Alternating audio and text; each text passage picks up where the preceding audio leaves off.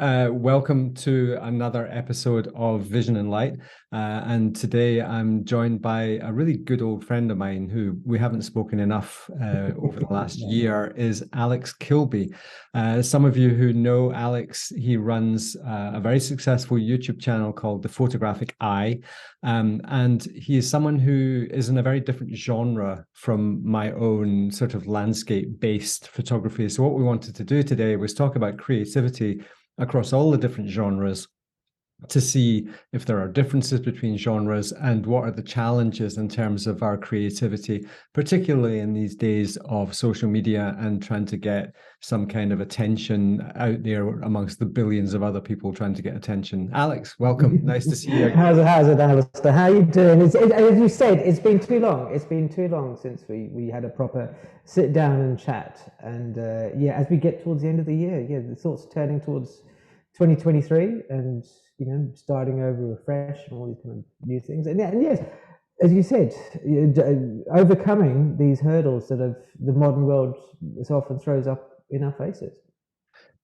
Now, anyone who's watched one of these interviews with me before knows that I never enter into these with a script. I don't even have a list of questions or reminders or pointers or, you know, your wife's name and kids' names, none of that. So the way I like to run these is, you know, both of us have been running photographic businesses for quite a long time. We've been involved professionally in photography for a long, long time. And obviously our businesses have changed almost beyond recognition in the last 5 years, I suppose. COVID had a massive impact on both of our businesses. The first thing that came to my mind there was, you mentioned the new year coming. Are you the type of guy who starts the new year with resolutions of, oh, right, this is what I'm going to do this year, and I'm going to be so much better than last year? I don't know if excuse me, I don't know if they're necessarily resolutions, but they are. I think it's just a time to reset, to press like a reset on a lot of things and say, okay, whatever we were doing last year was not great, or it petered out, whatever. And this is a fairly arbitrary date within the year to just kind of go, all right, well, let's try something else. Let's try a new project, or let's work at improving X, Y, and Z things. How often or how long those stay in place is somewhat open for debate, but I think that's true for most people. The 8th of January, usually. What about January the 3rd? the first Saturday night. Yeah. But I do have, a couple of sort of fairly open-ended resolutions. I think if you're going to set specific things, then you are possibly going to find yourself in a little bit of trouble. But having a more open side of things, like I want to reconnect with the physical process of taking a photograph. So going back into the wet room, I'm fortunate here in the house, I have space that I could put a dark room in there.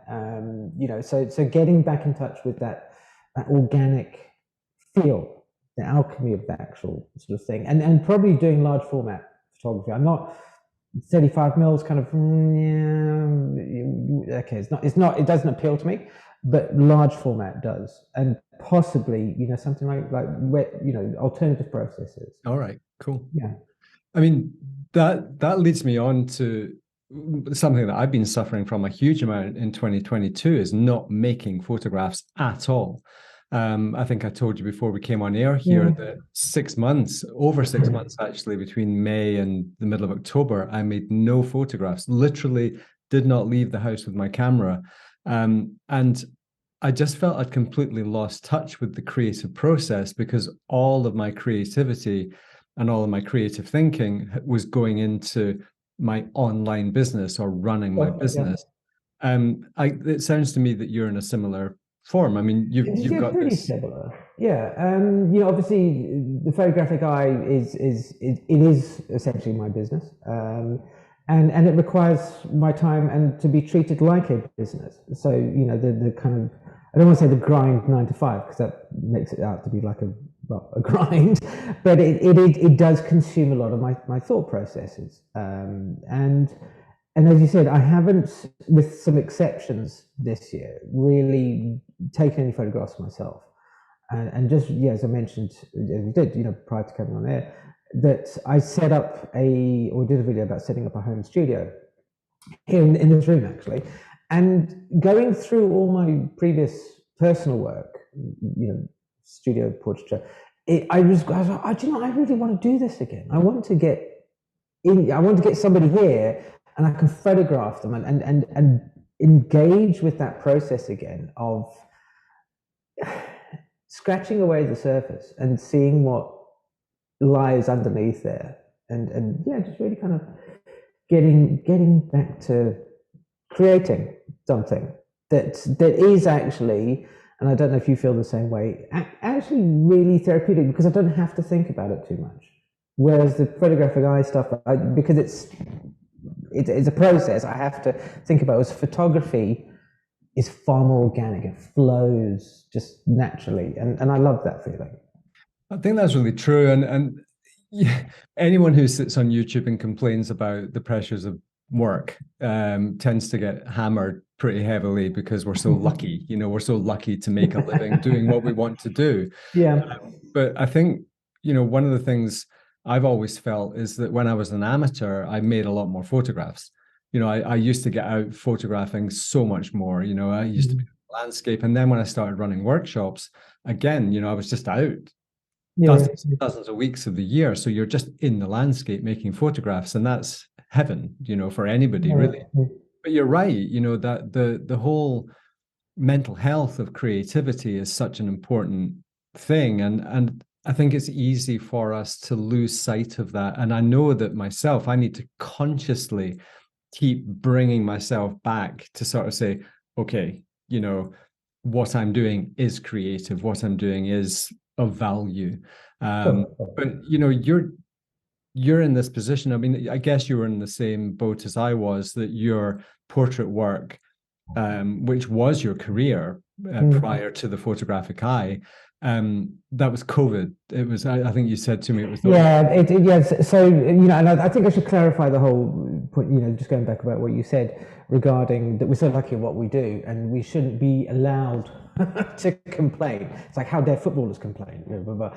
And I think that there needs to be clarification there. There is taking photographs for somebody else and being creative on their dime, as it were, and doing something that pleases them, which is family portraiture in a nutshell.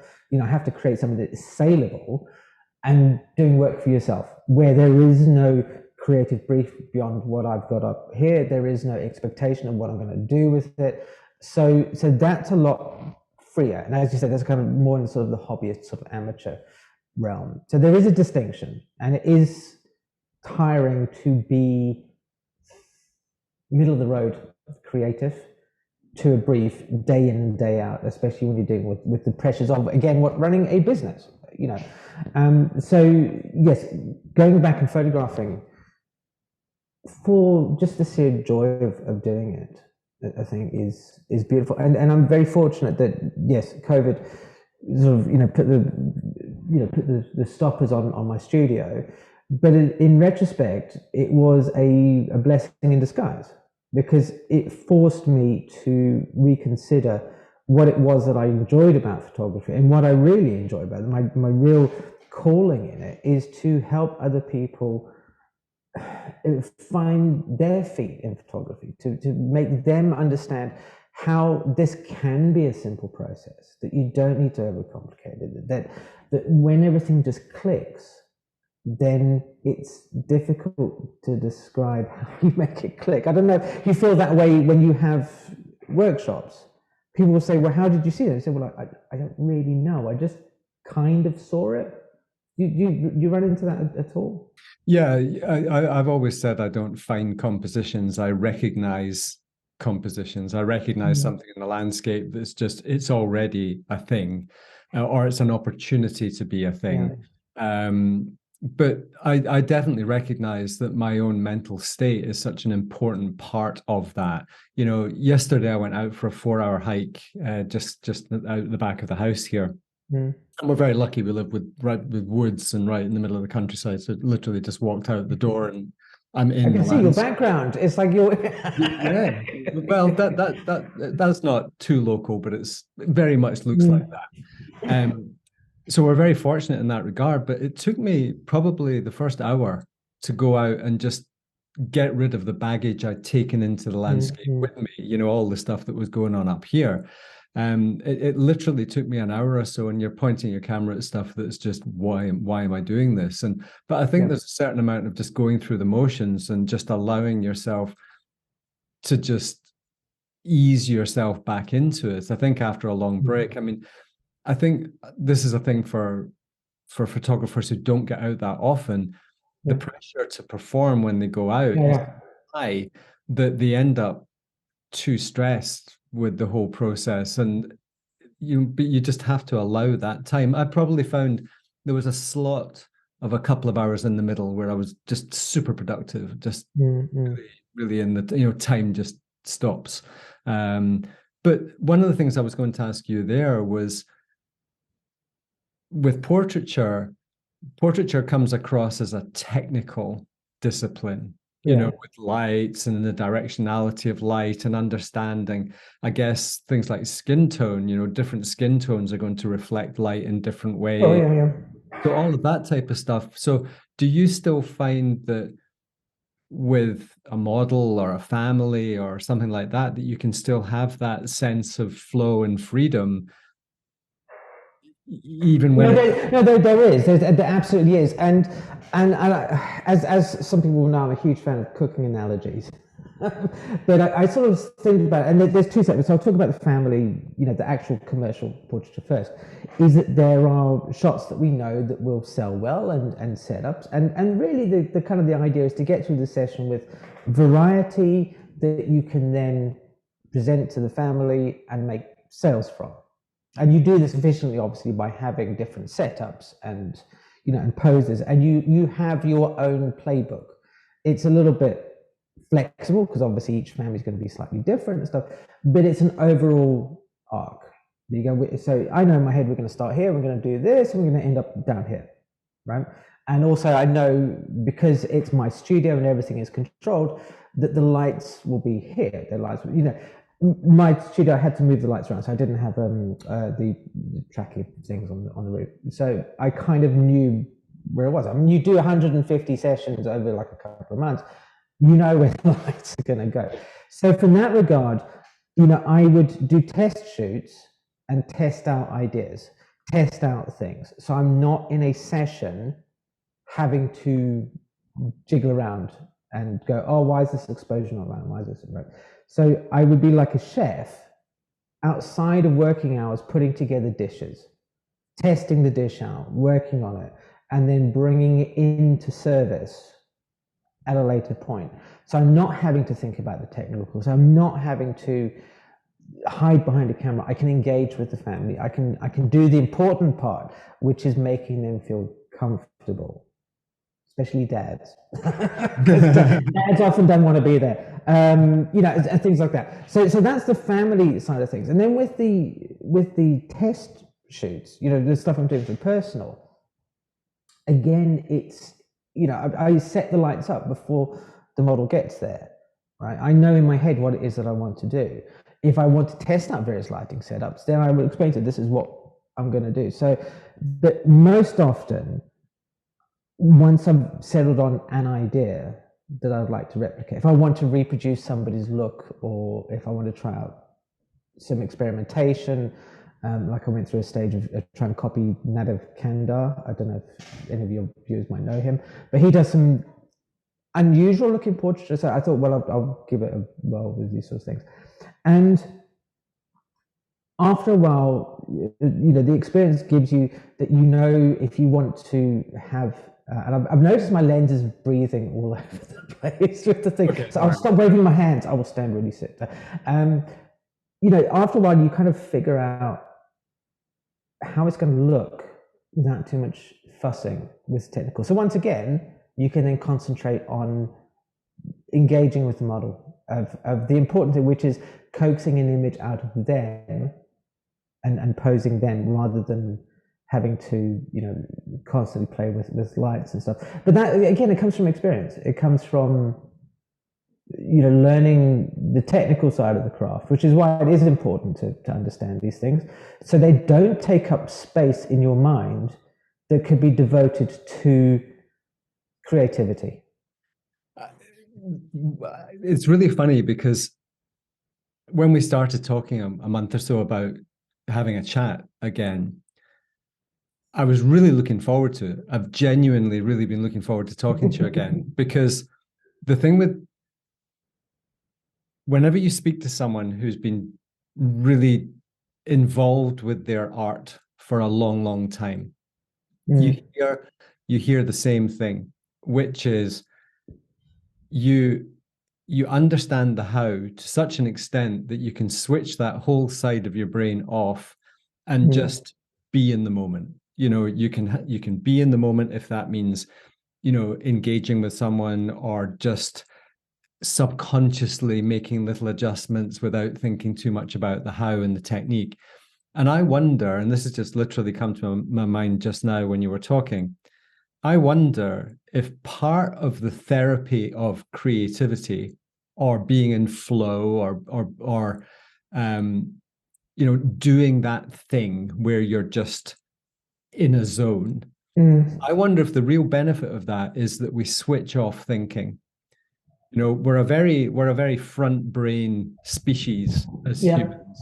And you having spoken to you quite a few times over the years, you're a smart guy, you're a thinky guy, you've been through, you don't get to our age without having thought about quite a lot of stuff in our lives.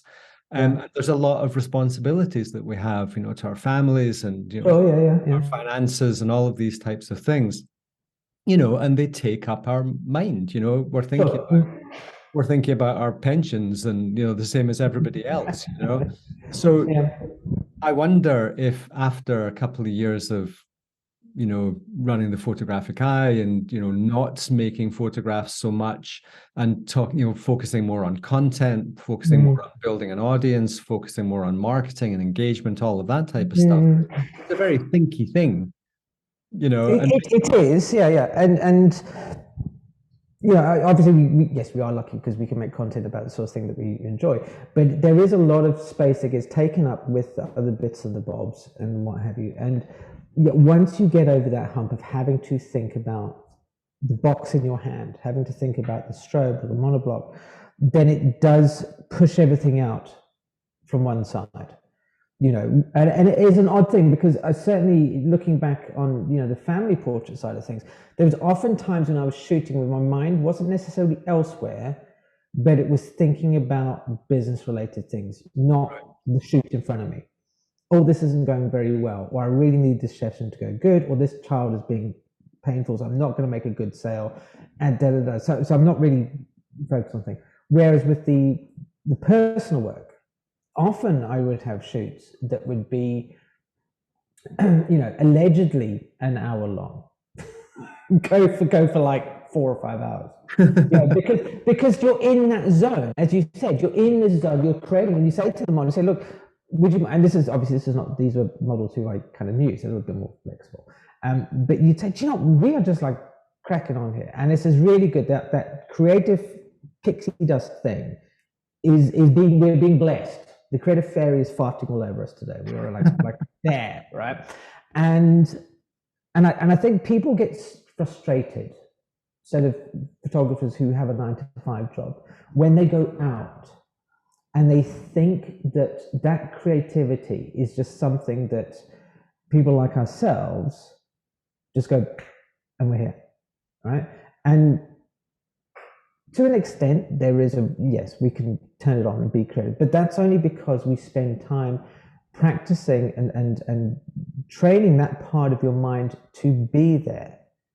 Earlier I was reading a book about creativity. I think it was the War of Art. All right. We talked about the reason that people can be creative on cue is because they spend time thinking about being creative, rather than having to just go to a place on a Saturday and, as you said, have limited time and then try and force it immediately. So it's like they're a runner. and they're trying to do a marathon without having exercised or trained for it, and coming up short. So I've had another thought. I'm prone to this, because the definition of creativity, I think, is very important in this, because to my mind, creativity is spontaneous and surprising. I think they are two qualities of creativity. When I'm being creative, I normally go, oh wow, where did that come from? It's because I've surprised myself, because it has literally been created on the spot. yeah. I think where experience comes in is you can go pretty much anywhere and find things that will work. You have a repertoire. It's like you say, whether you're in the studio, let's start with the things I know will work, and then creativity kicks in, and it's like, oh well, let's try something different. You've suddenly the way the model looks, or the way they hold themselves, or they make a gesture that suddenly sparks a little thought in your mind. So I think that, and again, curiously, how much of your line of work, because rules is the great thing as well. We get into this conversation about rules of photography. Yeah. Now, with lighting and stuff like that, would you say that your genre, portraiture and studio work, is more prone to saying these are good places to start in terms of light direction and things like that? Yeah, I excuse me. Yeah, definitely. There are some. I don't want to say hard and fast rules, because they're not. Nothing is a hard and fast rule, but there are, especially when we come to studio portraiture, there are some. Let's call them mistakes is also a wrong word. Missteps that beginners do. Because the reason that you can experiment in the studio is because you understand how lights work and how they're all supposed to look. And one of the foundations of this is that you're kind of recreating daylight. You're working with light, and in our world, light comes from above you, right? It doesn't come from the side. It doesn't come from underground, underneath it. It comes from up here. And so a common issue that you see with people who are just starting out in the studio is that the block, the light is here. It's level with the person's head. So yes, you can use that to make effects and stuff, but if you're learning to just get the basics light, that light wants to be up mimicking the sun. Right. At the moment, I'm kind of more into a bit more of a painterly kind of feel with my lighting. I know she's not everybody's taste, but Annie Leibovitz is sort of more contemporary look. I quite like that lighting look. So I've been experimenting with that a lot, which is all about sort of replicating those painters with their Northlight studios and things. Right. Whereas if you want to then experiment, then at least if you can show, I know what this light's going to do, how it's supposed to look, then you can do something like like I used to do, which was use the fluorescent overheads in the studio, which is a horrible light. Yeah. It is not fit for any purpose except making bizarre motion sort of thing portraits. I'll send you over some examples. Cool. So you can sort of see.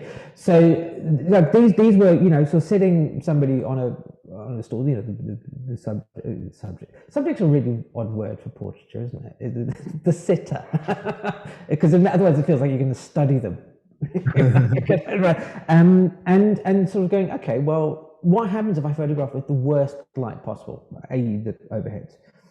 And from that emerged this series of images that I quite like the look of. They're strange and they're odd.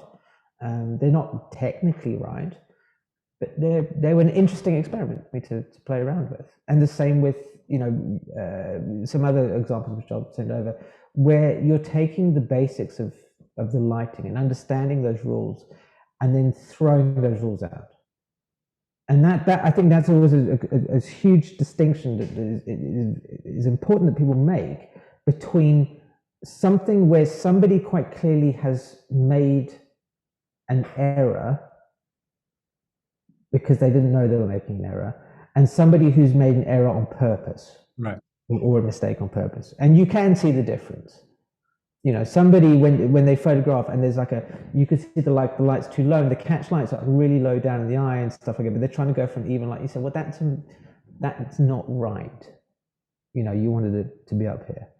But when you then start throwing things out and you're playing around with it and you go, oh yeah, I like what you've done. It's a hard thing to explain, and I don't know if you're able to do any better than I, but experience seems to tell you the difference between a genuine, this person has made a mistake, and that in that gut feel when you look at it and you go, that is not a mistake, that's done on purpose and with intent. I don't know if it's a very hard thing to explain because it is a gut, it's a visceral feeling. Photography is a curious thing, really, because when a photograph is presented, there's a certain, as soon as you share an image, whether it's in a book or on a print or on social media or on the internet, I think it's how that is presented. You know, there's a certain confidence that I think can sell anything, really. But the thing that was really in my mind when you were talking there was experimentation and pushing boundaries and asking that question, well, what if I do that? You know, or oh, well, that's interesting. What if? You know, there's always that sense that it's a boundless opportunity, photography. And I think where I got to maybe 6 or 7 years ago was I lived in a world where there was that kind of sense that this was what acceptable photography was and everything else was wrong or rubbish. But things have moved so fast now, you know, it's just changing so much, photography. I think there's also younger people coming in, and it's less, I hate to say less old man stuff, like grumpy old man, but there, you know, if you think back to when I started getting interested in photography, so like, you know, sort of the late 80s ish, and then I went to photo school in like the early 90s. You know, at the time there were, you know, obviously there was a lot of experimentation going on. Certainly digital was just coming out, but there were things you were told, this is what you have to do. It has to be like this. It has to be like that. You know, if you're going to photograph this, then it needs to be that way. And in some respects, that was fairly comforting, because they were given a box and you operated within those set parameters, and you didn't have to worry about being ultra creative. You could work within those parameters. And now we have this sort of thing where, you know, that box has been expanded 100-fold with those parameters, and we can pretty much do whatever we want. And yeah, it's one of those things where I think that, you know, the people who are coming in to the medium new are missing out on, because they're not being given a grounding. You know, you're talking about experimentation and pushing the boundaries. If people want to push those boundaries, they need to know where they come from. They need to know how to do the basics first, how those lights work. None of the painters, none of the people that people tend to point to in regards to who, you know, they did their own thing, just one day sat and just started creating their own thing from scratch. They all had some sort of background, they had some sort of training, they had a place to start from, they had a grounding in the thing that they liked, the thing that they enjoyed.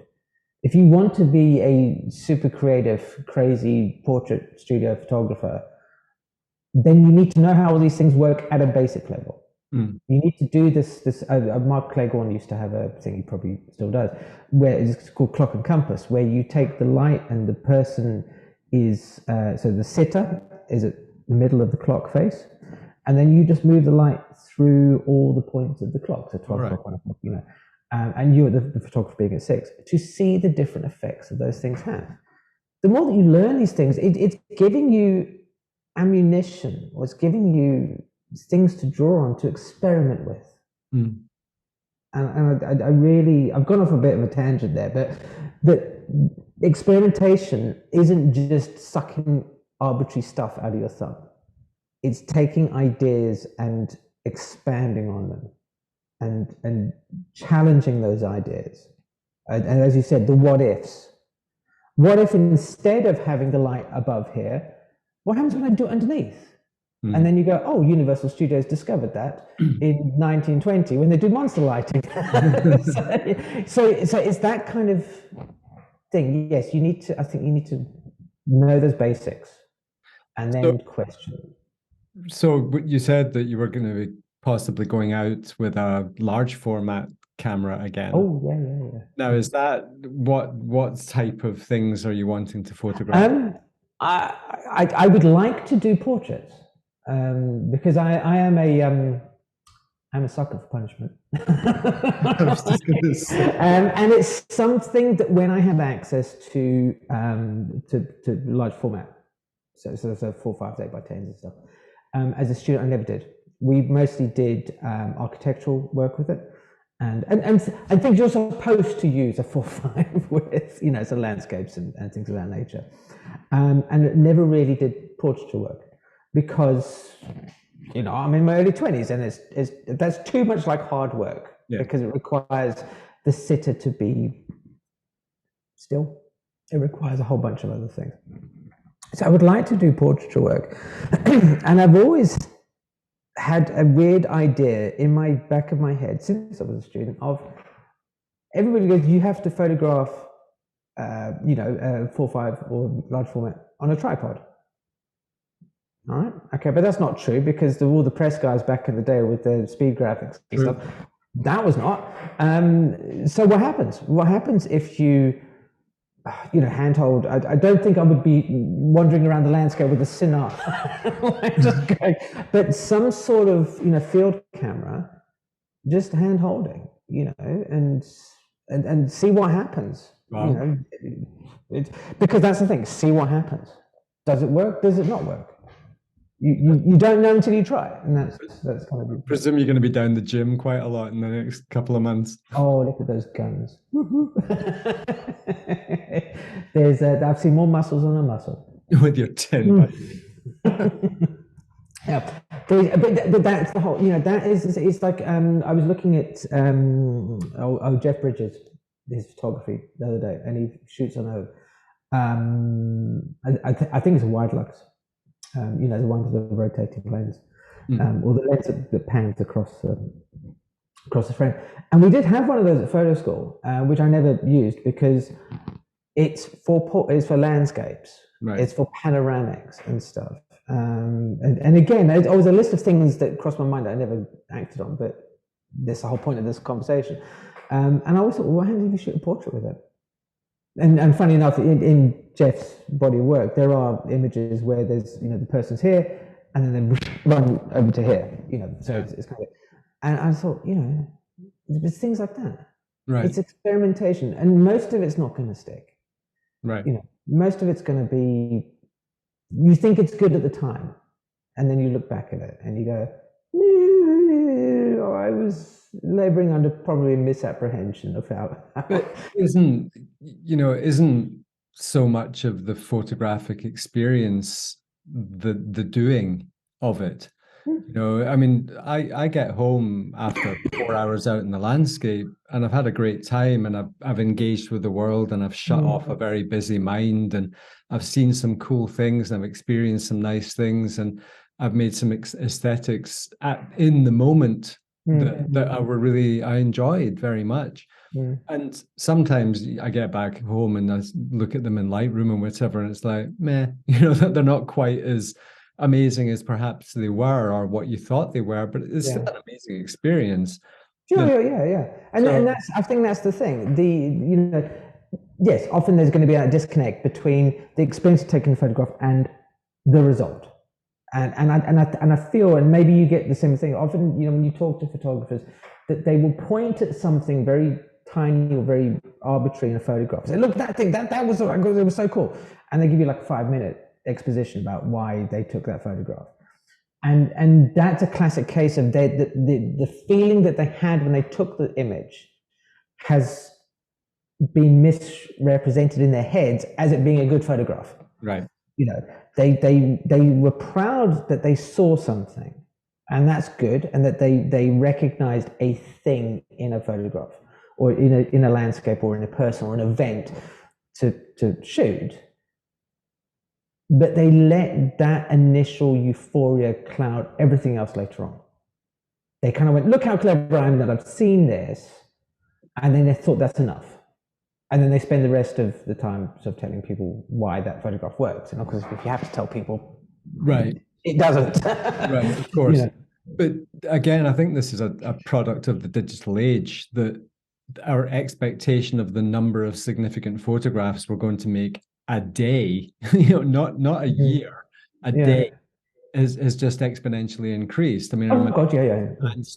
Ansel, what was it? Yeah, eight significant photographs in a year or something. Yeah, it was like, I think it was like, if you get one a month, that'd be really good, you know. Yeah. Whereas now it's like, oh, I came back from 4 hours in the landscape and I only had 15 good photographs. Yeah. But that's but that's often the way you're quite right. And going way back, we were talking about people having to kind of switch on this creativity on demand. And I think one of the possibly the drawbacks of this is that landscape photography, especially, it's about, I'm going to go to this place, I'm going to go to that place, I'm going to go to this thing to photograph. So they're going out to photograph on a weekend or holiday or whatever, with a specific photograph already in mind, a place to go to.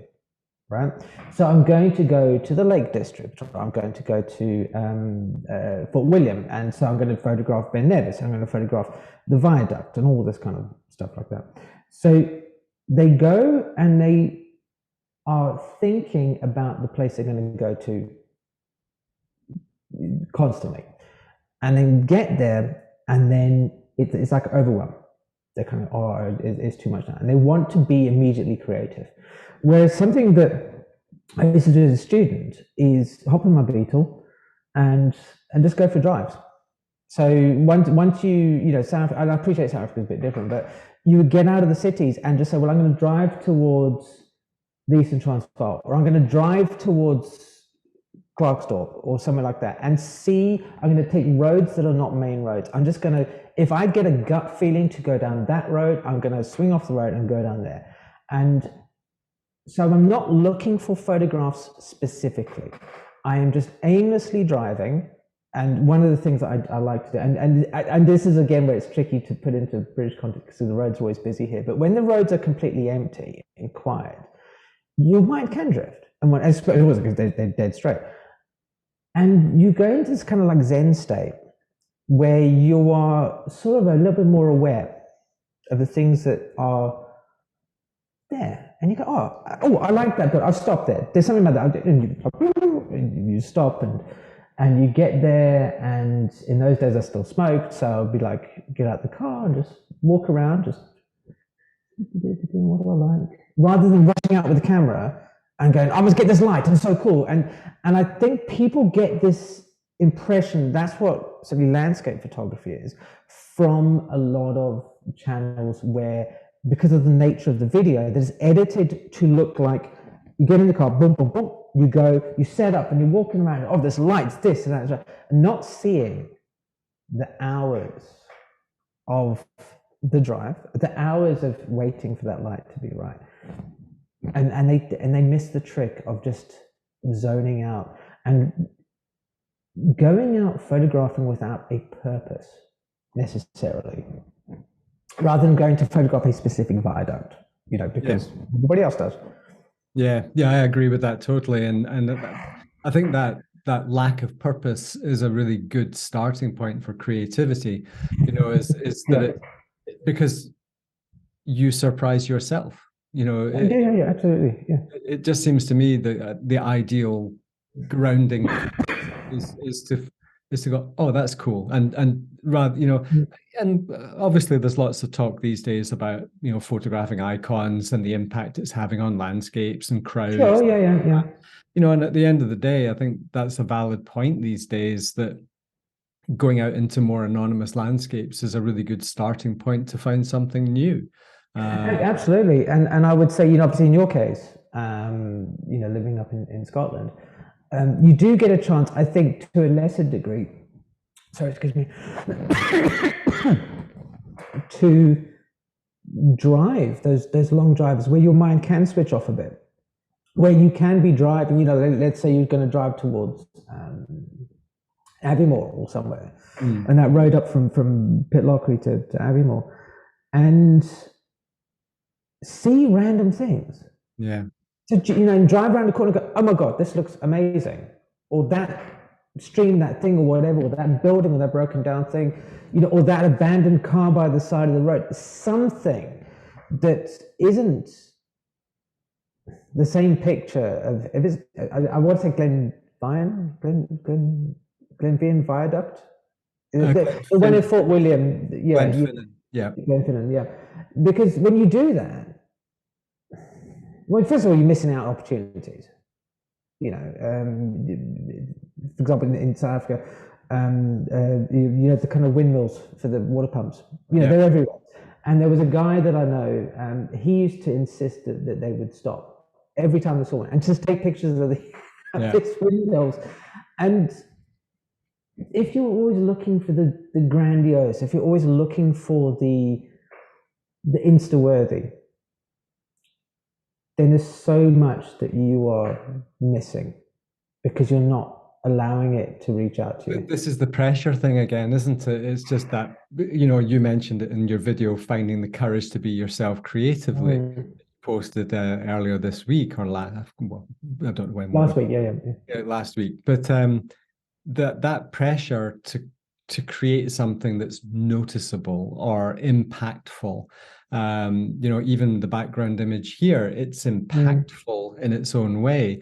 If I could have put up something way more boring, perhaps, but okay. I didn't want to outdo you. But impact is such a driver for creative output these days. It has to be impactful. It has to be eye-catching. Even thumbnails on YouTube videos or titles videos.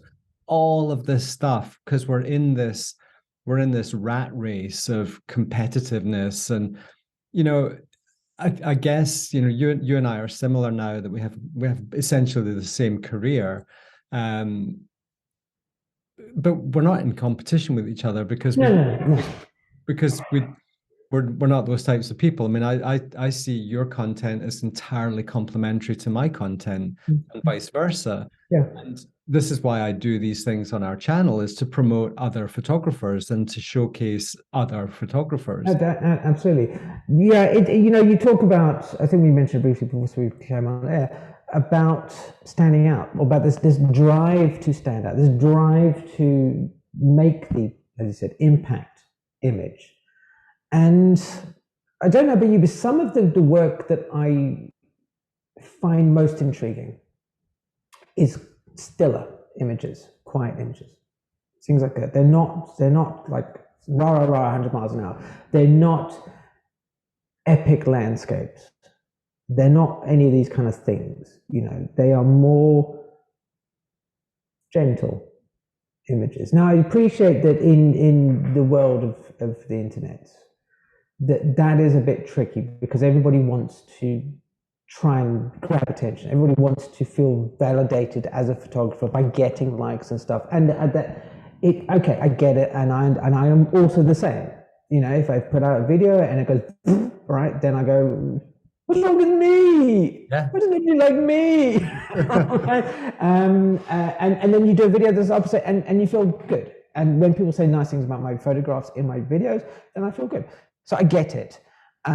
But to stand out doesn't necessarily mean about shouting the loudest. Yeah. It's Seth Godin, talks about Purple Cow. He recounts a story, driving in France, and they saw a field of cows, and they were like, "Oh my God, this is so lovely, très bien," so stuff like that, because it was unusual for them.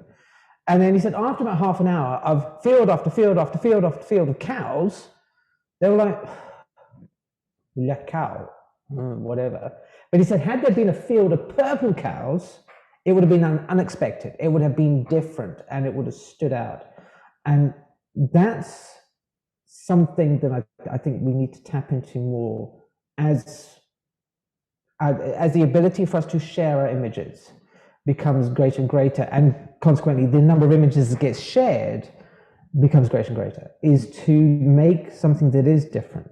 If you photograph, and I'm going to stop using that viaduct as an example now, but if you photograph Big Ben, or if you photograph an iconic thing that everybody on your Instagram feed that you see, and you go, what an amazing picture. If you take the same picture as everybody else, it's not going to stand out. If you go to the Grand Canyon, or Oxbow Lakes, or that famous tree in the world and stuff like that, how does that make your image any different to anybody else's? It's all the same. Yeah. And I know we're just talking about landscape photography, or I've used landscape photography as examples because I think that tends to be prevalent. Yeah, it's a prevalent thing, and it's easy because there are set things everybody photographs at the same time. But you see the same tropes in street photography. You see, you see the same ideas cropping up again and again in any portraiture. People always, there are certain things that people lean onto or lean heavily in towards. Super shallow depth of field. Like shooting at kind of f1.2 and stuff, so your eyes are just in focus, and people talking about razor thin depth of field and stuff. Those they became popular because they stood out at the time. Yeah. Now everybody does it. So where can you go to stand out? Right. And of course, that's an answer that can't be that is a question that can't be answered fully because for each person it's different. Yeah, you need to find your own thing. Yeah, it's not going to be for you to stand beyond your contemporaries. I can give suggestions about ideas, I think, because it's fresh view, and vice versa. But ultimately, we need to have that. Yeah, as you mentioned, the courage of our convictions to take a step out of the comfort zone, to take the fluorescent tubes and the 2.5 second exposure and say to that 10-year-old kid in front of you, what I want you to just wave your head around like this. Yeah. And we'll see what happens. I think that was a hit, but there's a lot of other stuff on that was not. Yeah. Well, I think, by experimenting, art moves forward. I used a lot of musical analogies because I'm a guitar player. If Jimi Hendrix hadn't stuck a fuzz box in front of an overdriven Marshall, music wouldn't sound like it does. Grunge wouldn't have happened. Kurt Cobain wouldn't have happened. Most of heavy metal wouldn't have happened. So understanding that we have to keep moving forward because that's what humans do. We're very innovative, we're very resourceful, we're very inventive. Yeah. And ultimately, creativity is a function of just that letting go of the path, and understanding that more paths exist than perhaps we think of. But I think I'm kind of I'm excited to see what happens next year, in terms of how you move forward and the types of things that you start doing, because it's been, I think, that couple of year hiatus. I mean, it'll be nearly 3 years in March, actually. Yeah. So 3 years is a lifetime in human development, really.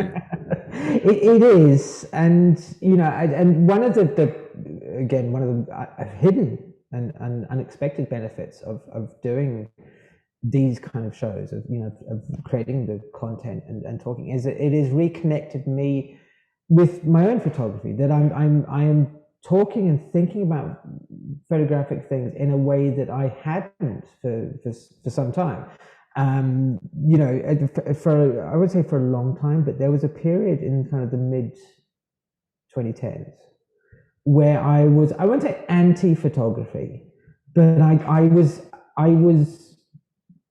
disappointed in myself that I felt increasingly disconnected from this kind of stuff.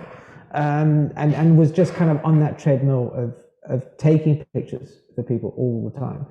And funny enough, in the end of 2019, we'd made arrangements to go up to Scotland to actually go and stay in Dumfriesshire.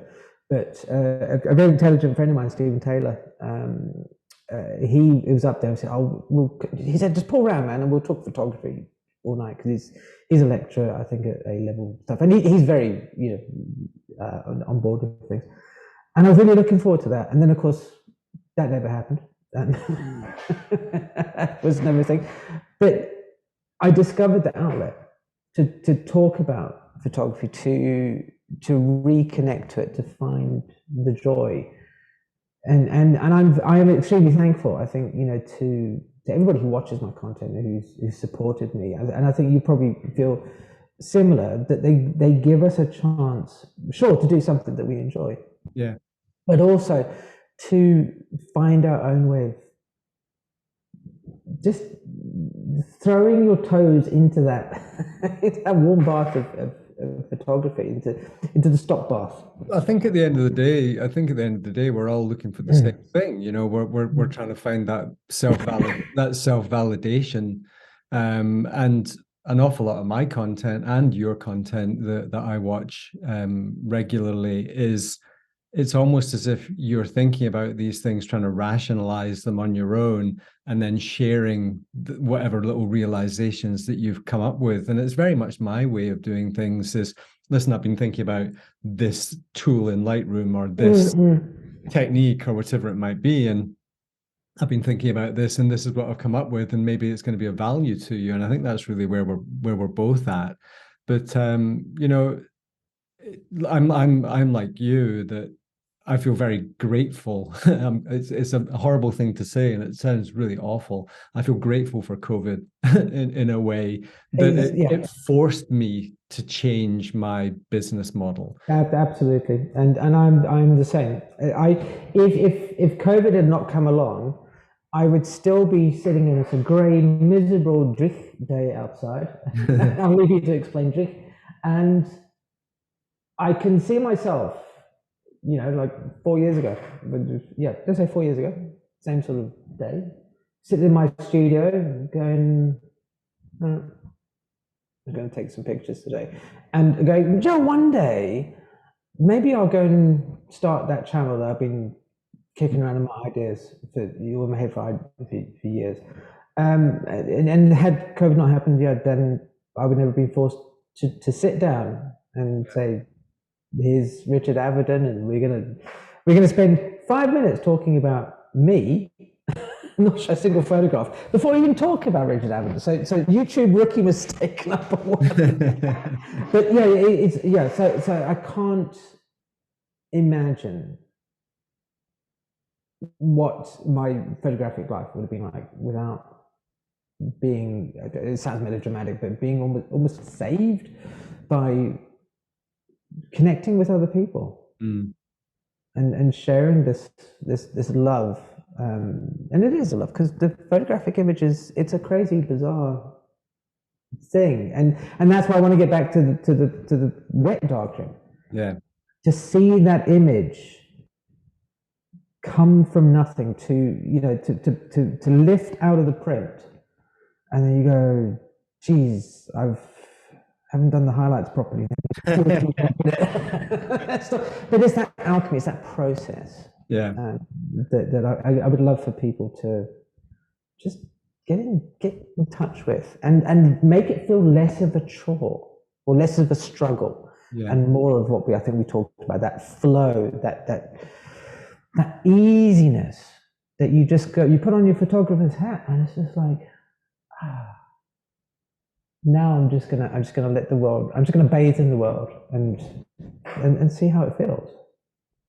I mean, I always feel very, very grateful when I get to have these conversations. I consider it a pleasure and an honor to kind of talk to you, really, because I always come away from them feeling inspired. I always come away from them feeling, just